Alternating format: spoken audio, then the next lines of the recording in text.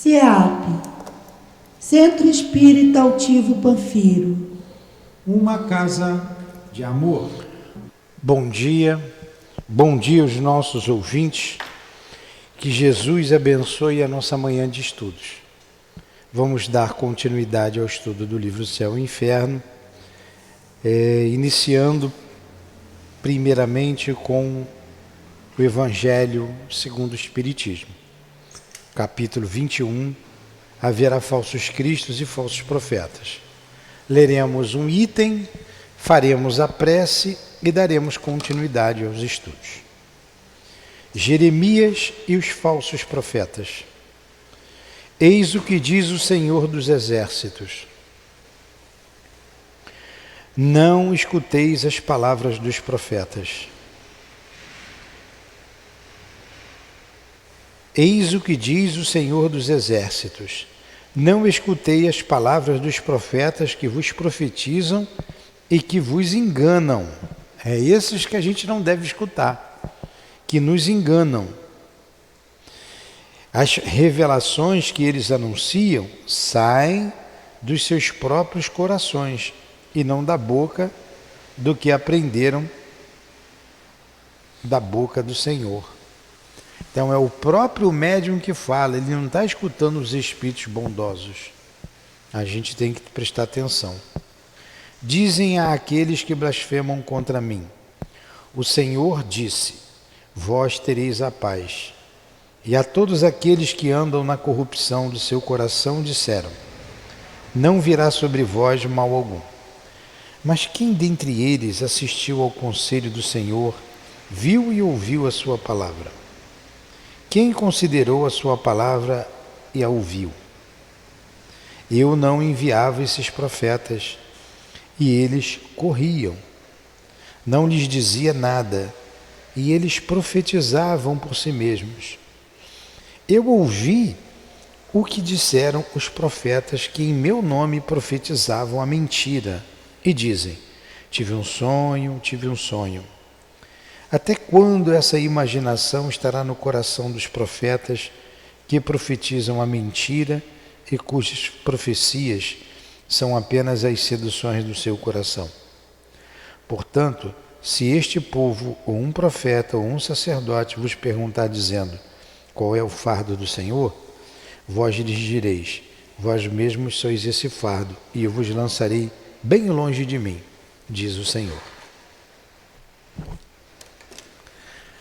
Então, querido Jesus, nós te agradecemos pela oportunidade do estudo na casa espírita, em nossa casa de amor, com os benfeitores que dirigem esta casa, o altivo, com os espíritos guias desta instituição de amor, como dissemos. Muito obrigado. Ajuda-nos a nos preservar dos falsos profetas e dos falsos cristos, com o conhecimento, tirando-nos da ignorância, para que sejamos pessoas mais dignas, livres para escolher aqueles espíritos que são os verdadeiros dirigentes da humanidade, de nossa mediunidade, de nossas vidas. A esses queremos ouvir, Jesus. Ajuda-nos, pois. Ajuda a nossa fraqueza. Ajuda a nossa pequenez. Que seja então em nome da direção espiritual da nossa casa, do nosso altivo, em nome de Allan Kardec, do nosso Leon Denis, em nome do nosso patrono, agora o professor José Jorge, em nome do amor, do nosso amor, do teu amor, Senhor. Mas acima de tudo, em nome do amor de Deus, é que damos por iniciados os estudos desta manhã. Que assim seja. Graças a Deus.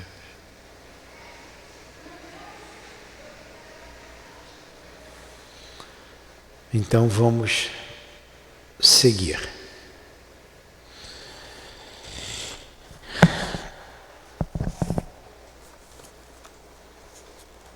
o livro Céu e Inferno, nós paramos lá na questão dos demônios, lembra? Item 9. Aí tem uma pergunta aqui. A doutrina, essas doutrinas do demônio, tem algumas objeções. Se Satã e os demônios eram anjos, eles eram perfeitos. Como sendo perfeitos, puderam fracassar e desconhecer a esse ponto a autoridade de Deus, em presença de quem se encontravam? Ainda poderíamos conceber tal fato se eles tivessem chegado a esse grau eminente de forma gradual e, após haverem passado pela experiência da imperfeição, tivessem sofrido por um retrocesso lamentável.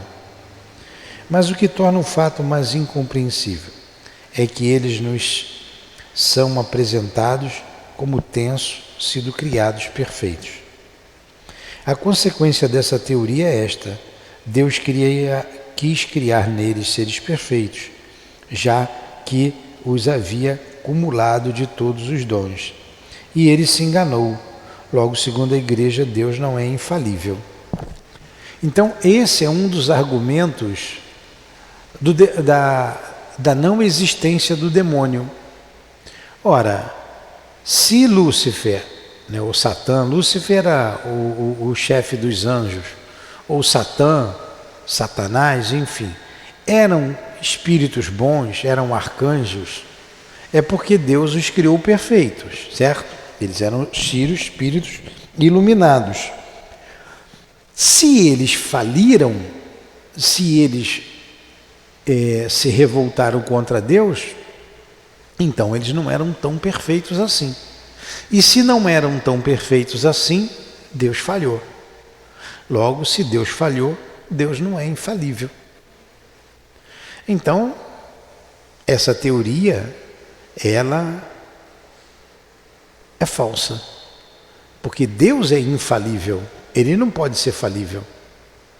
Então, ele não criou um ser perfeito para falir, ele não criou Satã.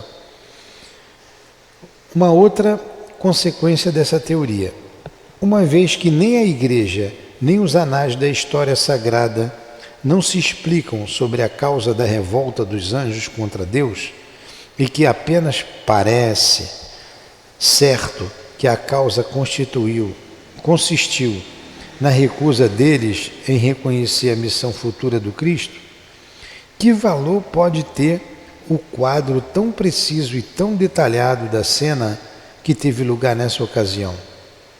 De qual fonte foram tiradas as palavras tão claramente narradas como têm sido pronunciadas naquele momento, e até os simples murmúrios? De duas coisas: ou a cena é verdadeira ou não é. Se é verdadeira, não há nenhuma incerteza. Então, por que a Igreja não resolve claramente a questão? Se a Igreja e a história se calam, se a causa apenas parece certa, ela não é mais que uma suposição e uma descrição da cena.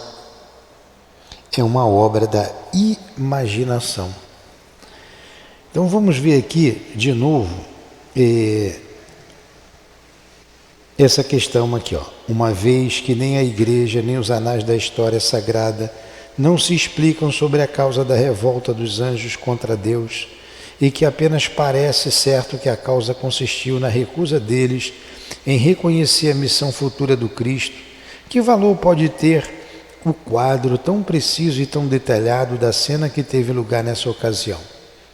Então a Igreja supõe que os anjos não aceitaram Jesus vindo à Terra para salvar os homens. É isso que ela diz. Então, se ela dizendo que os anjos são invejosos. Logo, a gente já viu que Deus então não é perfeito, deixou o anjo ser invejoso, certo? Então eles não eram tão perfeitos assim. De qual fonte então teriam tirado essas palavras narradas tão claramente como tem sido pronunciada naquele momento até os simples murmúrios. De duas uma, ou a cena é verdadeira ou é falsa. Se é verdadeira, não há nenhuma incerteza. Então, por que a igreja não resolve claramente a questão? E se a história e a igreja se calam, se a causa apenas parece certa, ela não é mais que uma suposição. E a descrição da cena é uma obra da imaginação. Então ele está dizendo aí que isso aí é uma história inventada, uma suposição, ela não pode ser verdadeira.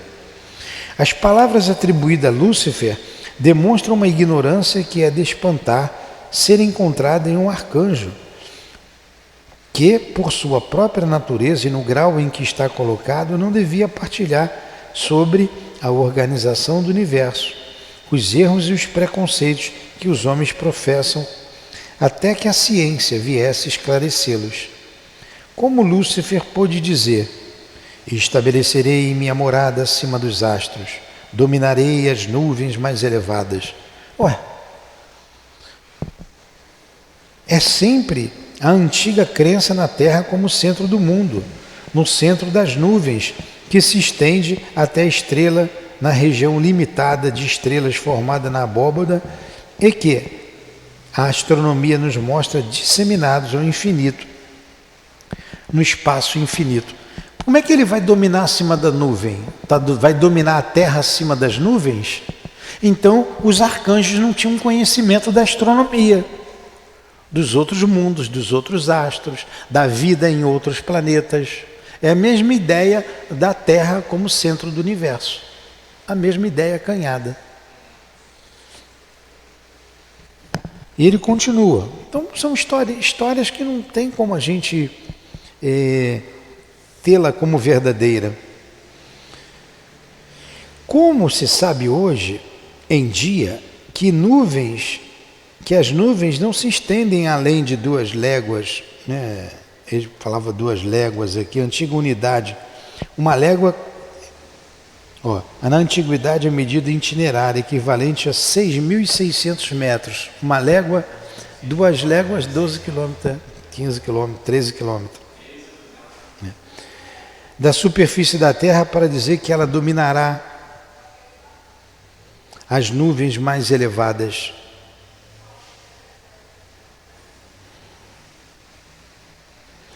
E falar das montanhas, era preciso que a cena se passasse na superfície da Terra e que ela fosse a morada dos anjos.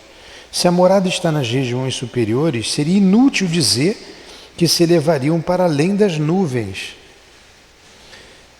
Fazer com que os anjos tenham uma linguagem entremeada de ignorância é reconhecer que os homens atualmente sabem mais que o assunto dos anjos e do que os anjos. A igreja sempre tem cometido o erro de não levar em conta o progresso da ciência. Então, como é que, olha só, que ideia, que os demônios iam ficar acima das nuvens e das montanhas para dominar a Terra. Ora, e o restante do universo? Então nós, os homens, sabemos mais do que os demônios. Né? Sempre a igreja, com o seu domínio e não levando em conta a nossa inteligência, né?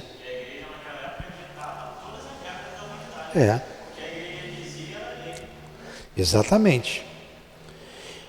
A resposta à primeira objeção se acha na seguinte passagem, abre aspas: a Escritura e a tradição dão o nome de céu ao lugar onde os anjos haviam sido colocados no momento da sua criação.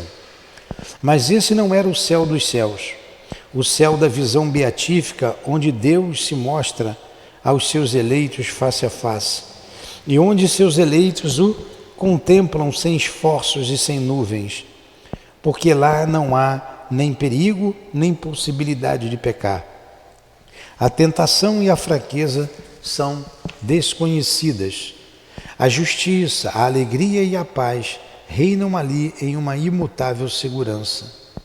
A santidade e a glória não estão sujeitas a se perderem.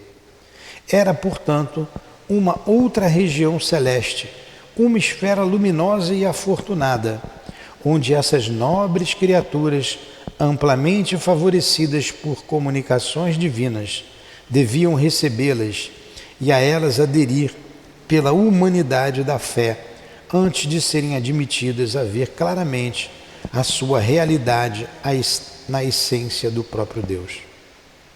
Do que precede, resulta que os anjos que falharam pertenciam a uma categoria menos elevada, menos perfeita, que não tinham ainda chegado ao lugar supremo, onde o erro é impossível.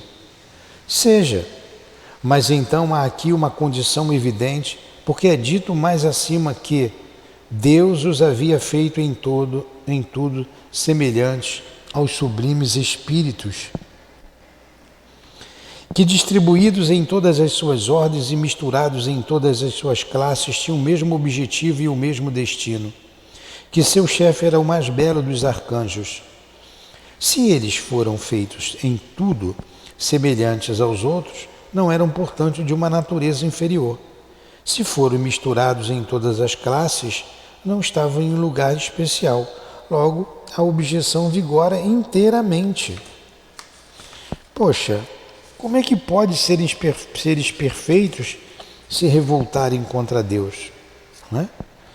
Há uma outra objeção, sem contestação, a mais grave.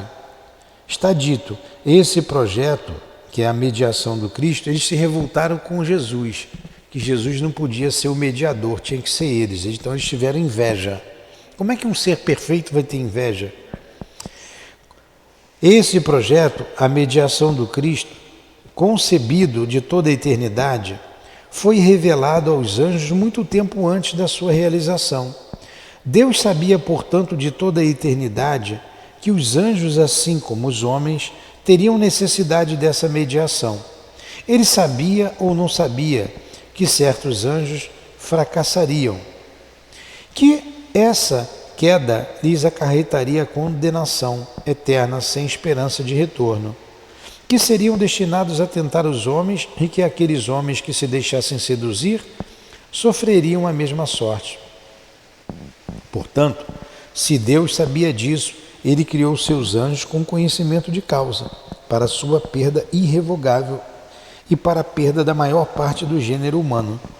Digam o que disserem, é impossível, com semelhante previsão, conciliar sua criação com a soberana bondade. Se ele não sabia, não era onipotente. Tanto em uma como em outra hipótese, é a negação de dois atributos sem a plenitude dos quais Deus não seria Deus. Caramba, entendeu a lógica? Vou traduzir isso aqui. A lógica é a seguinte: se Deus criou o demônio, o anjo, e o anjo faliu, ele sabia que o anjo ia falir. Ele é onisciente. E se ele criou um ser que ele sabia que ia falir e ia levar ele para o inferno e sofrer para sempre uma pena irrevogável, Deus não é bom.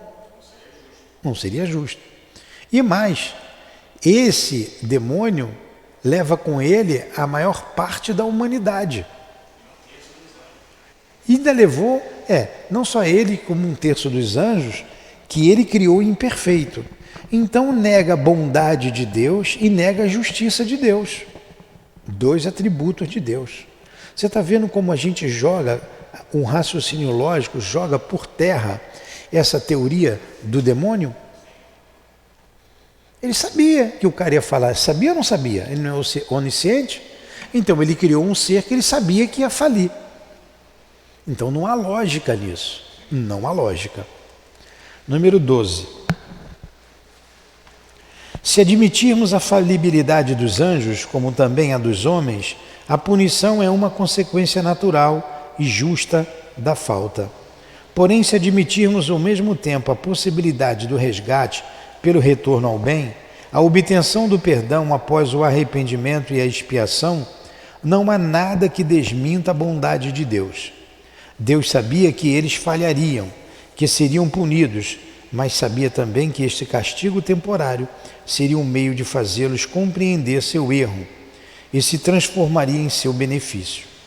Assim se achariam confirmadas estas palavras da profeta Ezequiel: Deus não quer a morte do pecador, mas a sua salvação. O que seria negação dessa bondade é a inutilidade do arrependimento e a impossibilidade do retorno ao bem. Nesta hipótese, é rigorosamente exato dizer que esses anjos, desde sua criação, já que Deus não podia ignorá-lo, foram consagrados ao mal pela eternidade e predestinados a se tornarem demônios para induzir os homens ao mal. Poxa, isso não é justo. Isso não é justo. Deus criou, já sabia de tudo. Ainda mais, eles sabiam que iam levar um monte de homem para o inferno junto com eles. E essas palavras lá do apóstolo Ezequiel, que Jesus veio ratificar, confirmar, Deus não quer a morte do ímpio, mas a sua salvação, quer dizer, não quer que o pecador se acabe, mas sim que ele se transforme. Jesus não pediu para perdoar, não 7 vezes, mas 70 vezes 7. Se Jesus pede para perdoar, Deus então não perdoa? Se Ele manda a gente perdoar um ao outro, amar um ao outro, então Deus não ama? Estão incoerentes essas ideias. Vejamos agora qual é o seu destino e o que fazem. Mal sua revolta se evidenciou na linguagem dos espíritos, quer dizer, no entusiasmo dos seus pensamentos, eles foram banidos irrevogavelmente da cidade celeste e precipitados no abismo. Isso é o que é a teoria. Eles se revoltaram contra Deus e foram expulsos de lá. Por estas palavras entendemos que eles foram relegados a um lugar de suplícios, onde sofressem a pena do fogo, de acordo com este texto do Evangelho que saiu da própria boca do Salvador. Ide, malditos, para o fogo eterno que foi preparado pelo demônio e pelos seus anjos. São Pedro diz expressamente que Deus os abandonou às cadeias e às torturas do inferno, mas nem todos ficam ali perpetuamente. Isto só acontecerá no fim do mundo, quando eles ali serão presos para sempre com os condenados.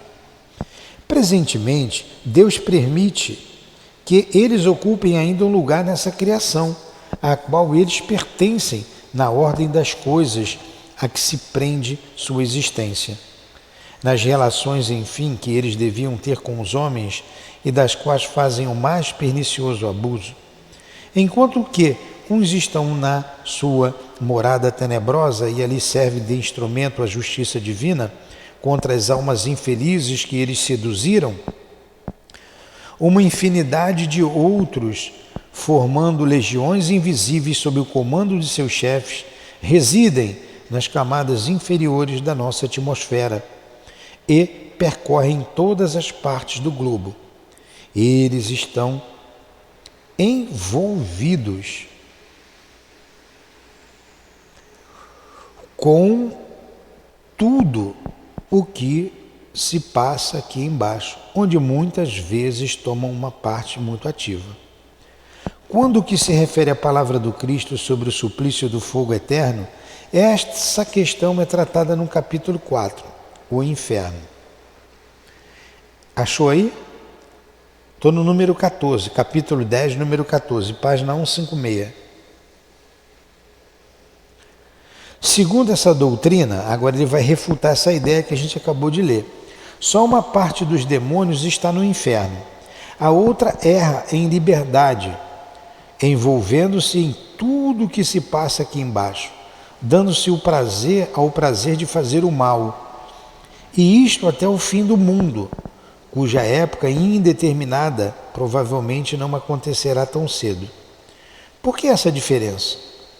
Uns são menos culpados que outros? Seguramente não. A menos que eles dali não saiam alternadamente, o que pareceria resultar desta passagem. Enquanto que uns estão na sua morada tenebrosa e ali servem de instrumentos à justiça divina contra as almas infelizes que eles seduziram. Suas funções, portanto, consistem em atormentar as almas que eles seduziram. Assim não são encarregados de punir aquelas que são culpadas de faltas livre e voluntariamente cometida, mas sim daquelas que eles mesmos provocaram. Eles são ao mesmo tempo a causa da falta e o instrumento do castigo. E coisa que a justiça humana, tão imperfeita como é, não admitiria. A vítima que por fraqueza não resiste, quando a ocasião se apresenta para tentá-la, é punida tão severamente quanto o agente ou provocador que emprega a perfídia e a astúcia, até mais severamente porque ela vai para o inferno ao deixar a terra, para não sair mais dele, para ali sofrer sem interrupções nem misericórdia durante a eternidade, enquanto que aquele que é o causador do seu erro desfruta da moratória e da liberdade até o fim do mundo. Portanto, a justiça de Deus não é mais perfeita do que a dos homens. E que ele disse nesse item aqui? O demônio, então, achou aí? O que ele está dizendo? A gente já refutou uma opção de ideia. Ele tem uma parte que fica na profundeza dos infernos, torturando aqueles que foram vítimas deles mesmos. E uma parte fica livre, tentando as pessoas.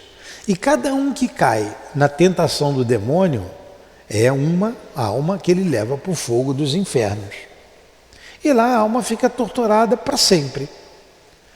Então, de novo, se Deus é onisciente, ele sabia que a alma que ele criou iria para o inferno. Então Deus é cruel.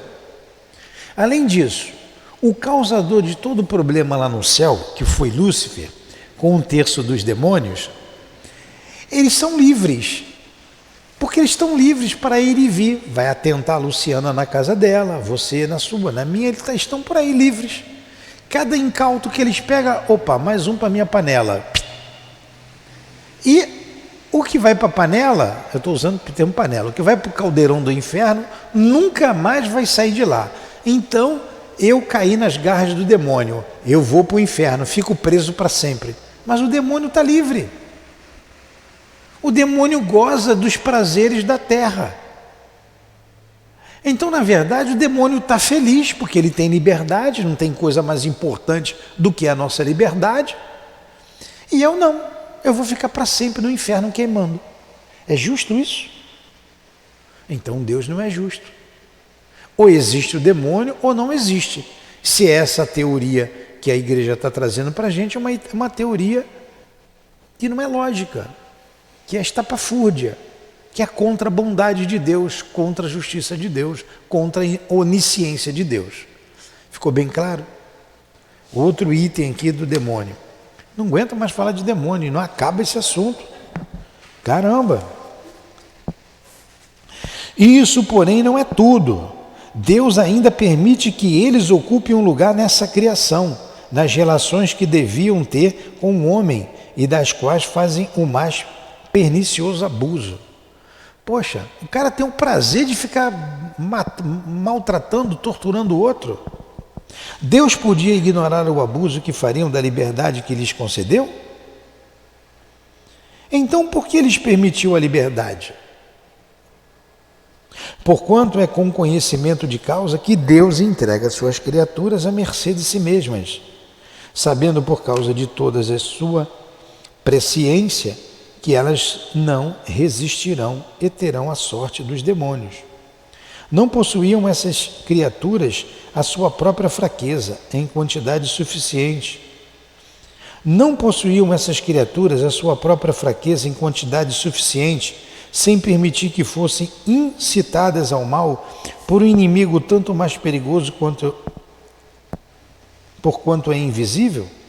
Ainda se o castigo fosse apenas temporário e se o culpado pudesse se reabilitar pela reparação, mas não, ele está condenado por toda a eternidade. Seu arrependimento, seu retorno ao bem, seus lamentos são inúteis. Não adianta você se arrepender, não adianta você se lamentar, está condenado. Né? Caiu na mão lá do capiroto, acabou. Prisão perpétua. Prisão perpétua. Poxa, se não adianta eu me arrepender, Por que Jesus falou então arrependei-vos? Por que Jesus falou amai-vos uns aos outros? Vai, não peques mais. Por que Jesus não condenou a mulher que foi pega em adultério? Né? Por que então tudo isso? Tem alguma coisa errada, contraditória nessa história toda. Volto a dizer, é o mesmo que você acreditar no demônio, nessa criação do demônio e do inferno, é o mesmo que você acreditar em Papai Noel, em Saci Pererê, em Comadre Fulozinha, em Chapeuzinho Vermelho. Poxa, é abusar da nossa capacidade de pensar, é subjugar a nossa capacidade de pensar. E ainda mais, é em nome de Jesus Cristo, daquele que só pregou o amor, a caridade e o perdão, que se ensinam semelhantes doutrinas. E olha o que a igreja fez com a Inquisição, com as torturas que ela praticou. Houve um tempo em que tais anomalias, tudo em nome de Jesus, hein? Um absurdo. Houve um tempo em que tais anomalias passavam despercebidas, não eram compreendidas, não eram sentidas. O homem curvado sob o jugo do despotismo submetia sua razão sem discernimento, ou antes, renunciava à sua razão, mas atualmente soou a hora da emancipação. O homem compreende a justiça, ele a quer durante a sua vida e após sua morte. Eis porque ele diz, isto não se pode, ou Deus não é Deus. O castigo acompanha por toda parte esses seres decaídos e malditos. Por toda parte levam seu inferno com eles. Não tenha paz nem repouso. Até as próprias doçuras da esperança para eles se transformaram em amargura. A esperança lhes é odiosa. A mão de Deus incidiu sobre eles no próprio ato do seu pecado.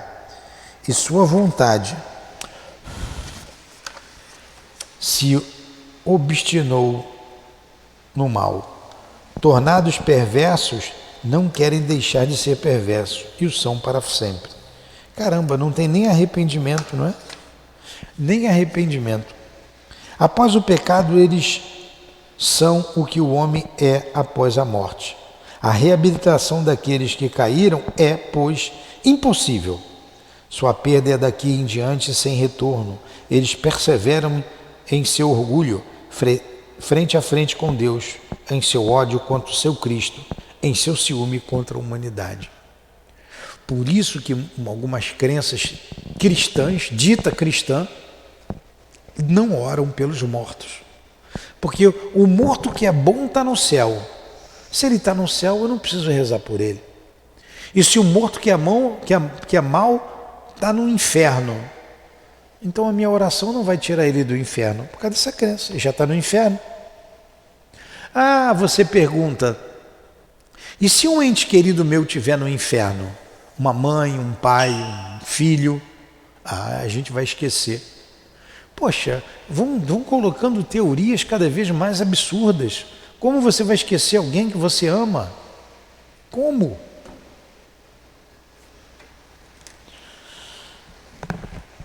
Não podendo se apropriar da glória do céu pelo arrojo de sua ambição, eles se esforçam em estabelecer seu império sobre a terra e dela excluir o reino de Deus. Não obstante, o Verbo feito carne realizou seus desígnios para a salvação e a glória da humanidade.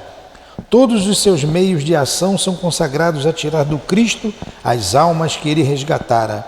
A astúcia e a impertinência, a mentira e a sedução valem-se de tudo para conduzi-los ao mal e para consumar sua doutrina.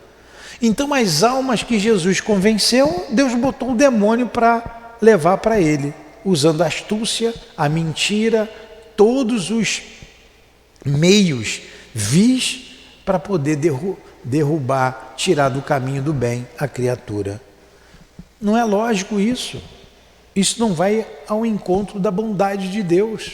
Não vai. Vai de encontro, não ao encontro. Esses inimigos efetivamente são aqueles mesmos que, após haverem induzido o mal no mundo, vieram para cobrir a terra com as densas trevas do erro e do vício. Aqueles que durante longos séculos se fizeram adotar como deuses e reinaram como soberanos sobre os povos da antiguidade. Aqueles, enfim, que ainda exercem seu domínio tirânico sobre as regiões idólatras e que fomentam a desordem e o escândalo até dentre as sociedades cristãs. Para avaliar todos os meios que eles possuem a serviço da sua maldade, é suficiente observar que não têm perdido nada das prodigiosas faculdades que são as propriedades características da natureza angélica. Sem dúvida, o futuro e principalmente a ordem sobrenatural tem mistérios que Deus reservou para si e que eles não podem descobrir. Porém, a inteligência deles é bem superior à nossa, porque eles percebem num relance os efeitos em suas causas e as causas em seus efeitos. Essa sagacidade lhes permite anunciar como antecedência acontecimentos que são muito além das nossas suposições. A distância e a diversidade dos lugares desaparece diante de sua agilidade. Mais súbitos que o relâmpago, mais rápidos que o pensamento, eles se encontram quase ao mesmo tempo sobre diversos pontos do globo e eles podem descrever de longe as coisas das quais são testemunhas na mesma hora em que elas acontecem. Olha quanto poder tem um demônio. As leis gerais pelas quais Deus rege e governa este universo não estão sob o domínio deles. Não podem anulá-las, nem consequentemente predizer ou realizar milagres verdadeiros. Porém, possuem a arte de imitar e de arremedar em certos limites as obras divinas. Eles sabem quais fenômenos resultam da combinação dos elementos e predizem com firmeza aqueles que acontecem naturalmente, assim como os que eles mesmos têm o poder de produzir. Daí esses numerosos oráculos, esses prestígios extraordinários dos quais os livros sagrados e profanos guardam uma lembrança e que serviram de base e de alimento a todas as superstições. Sua substância simples e imaterial faz com que não possamos vê-los. Estão ao nosso lado sem serem percebidos. Eles impressionam nossa alma sem atingir nossos ouvidos. Cremos obedecer ao nosso próprio pensamento, quando na verdade nos submetemos às suas tentações e às suas funestas influências. Nossas disposições, ao contrário, são do conhecimento deles, pelas impressões que elas despertam em nós. E eles nos atacam geralmente pelo nosso lado mais fraco. Para nos seduzirem com mais segurança, têm o hábito de nos apresentarem adulações astuciosas e sugestões conforme as nossas tendências. Eles modificam sua ação segundo as circunstâncias e de acordo com os traços característicos de cada temperamento. Suas armas favoritas, porém, são a mentira e a hipocrisia. Olha quanto poder tem o demônio. Diante de nós ele é tudo. Poxa, Deus não está sendo justo com a gente. Agora vem aqui a refutação, né? Acho que aqui tem a refutação no 17. Dizem que o castigo os segue por toda parte, não tem mais paz nem repouso. Isso, no entanto, não destrói a observação feita sobre a trégua de que desfrutam aqueles que não estão no inferno, trégua tanto menos justificada, porquanto estando fora do inferno, eles fazem mais mal. Sem dúvida alguma, não são felizes como os bons anjos, mas não se leva em conta a liberdade que desfrutam. Se não têm a felicidade moral proporcionada pela virtude indiscutivelmente, são menos infelizes que seus cúmplices, que estão entre as chamas infernais. E depois, para o mal, existe uma espécie de prazer em fazer o mal em plena liberdade. Perguntem a um criminoso se para ele é a mesma coisa estar na prisão ou correr pelos campos e cometer seus crimes à vontade. A posição é exatamente a mesma. Olha só, o demônio está livre, ele faz o que ele quer, ele vai aonde quer. E nós sujeitos a ele. Agora tem um grupo de demônio que se fica feliz em praticar o mal. Tem um grupo de demônio que está no inferno, só castigando, só torturando. Então é uma ideia absurda. No caso, a maneira que eles colocam aqui, ele é muito mais poderoso do que Deus. Ele é tão poderoso quanto. Ele não é mais poderoso, ele é tão poderoso quanto. Foge a um raciocínio lógico, foge. Se fosse real, o poder dos anjos vem de Deus. Deus anularia o poder dos anjos. Então, para terminar, o item 18 e o 19. 18. Eles são, após o pecado, o que o homem é após a morte. A reabilitação daqueles que caíram é, pois, impossível. De onde vem essa impossibilidade? Não se compreende que ela seja a consequência da sua similitude com o homem após a morte, anunciando que, além disso, não é muito claro. Essa impossibilidade vem da sua própria vontade ou da vontade de Deus?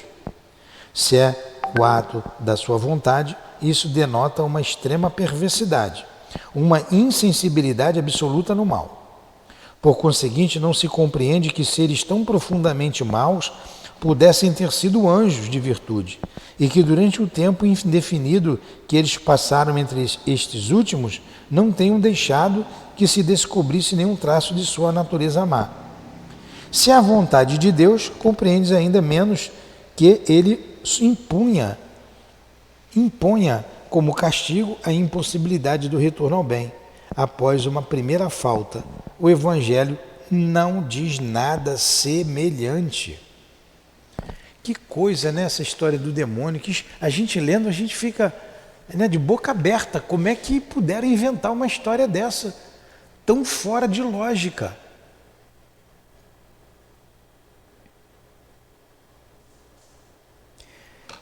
Se eles eram anjos, como é que puderam ficar tão maus desse jeito? Como?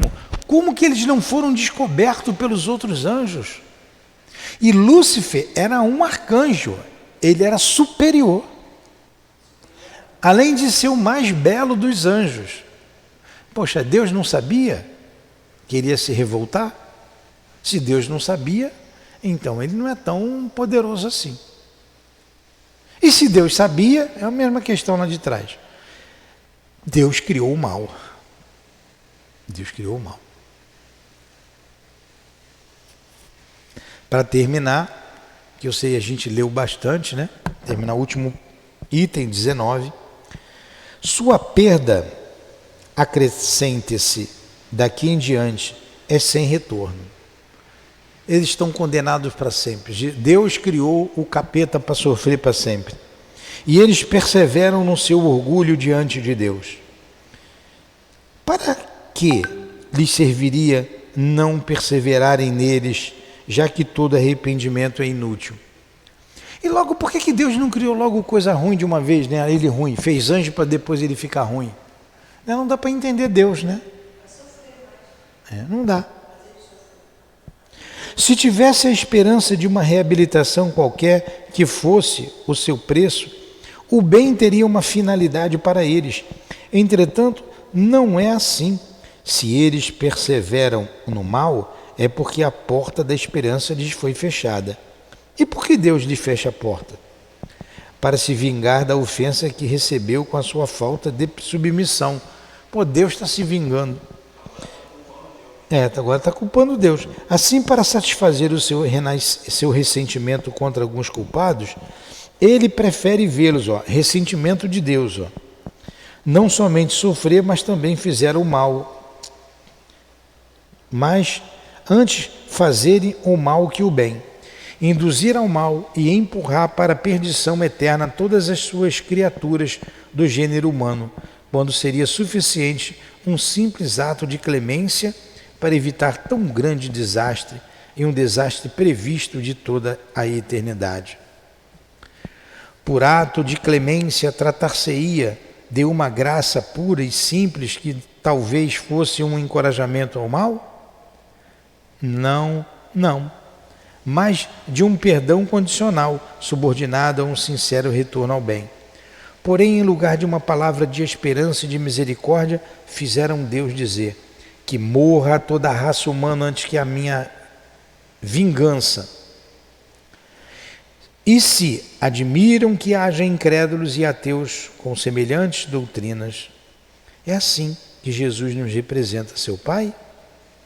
É assim que Jesus fala que Deus é amor, que Deus é Pai? Com essa vingança toda? Ele está dizendo, é por isso que tem muitos descrentes, por isso que a religião fez muitos descrentes. Por isso que muitos passaram pelos cristãos têm horror ao Cristo, por causa dessas doutrinas estapafúrdias. É assim que Jesus representa o Pai? Ele que nos deixou uma lei expressa do esquecimento e do perdão das ofensas, que nos diz para dar o bem pelo mal, que coloca o amor aos inimigos no primeiro lugar, entre as virtudes que nos fazem merecer o céu. Queria, pois, que os homens fossem melhores, mais justos, mais complacentes do que o próprio Deus? É verdade isso? Jesus queria que a gente fosse melhor do que Deus? Deus não perdoa. Nessa teoria, Deus criou o mal, porque Ele é mau. Bom estudar, né? Como a gente aprende. Então, que Jesus nos abençoe, que os bons espíritos cada vez mais nos instruam, estejam ao nosso lado, para que o mal que existe em nós seja cada vez mais diluído com as forças do bem, com o esclarecimento que estamos tendo e com a prática nas obras que o Senhor colocou em nossas mãos.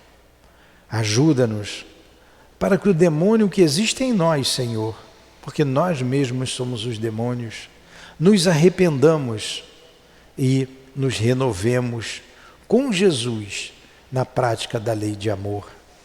Que Deus abençoe a nossa casa, que Deus proteja e ampare a nossa casa de amor, que Deus ampare a todos os presentes, recebendo os eflúvios de amor que os envolve, sabedores que somos de que Deus nos ama e que jamais nos condenou ou condenará.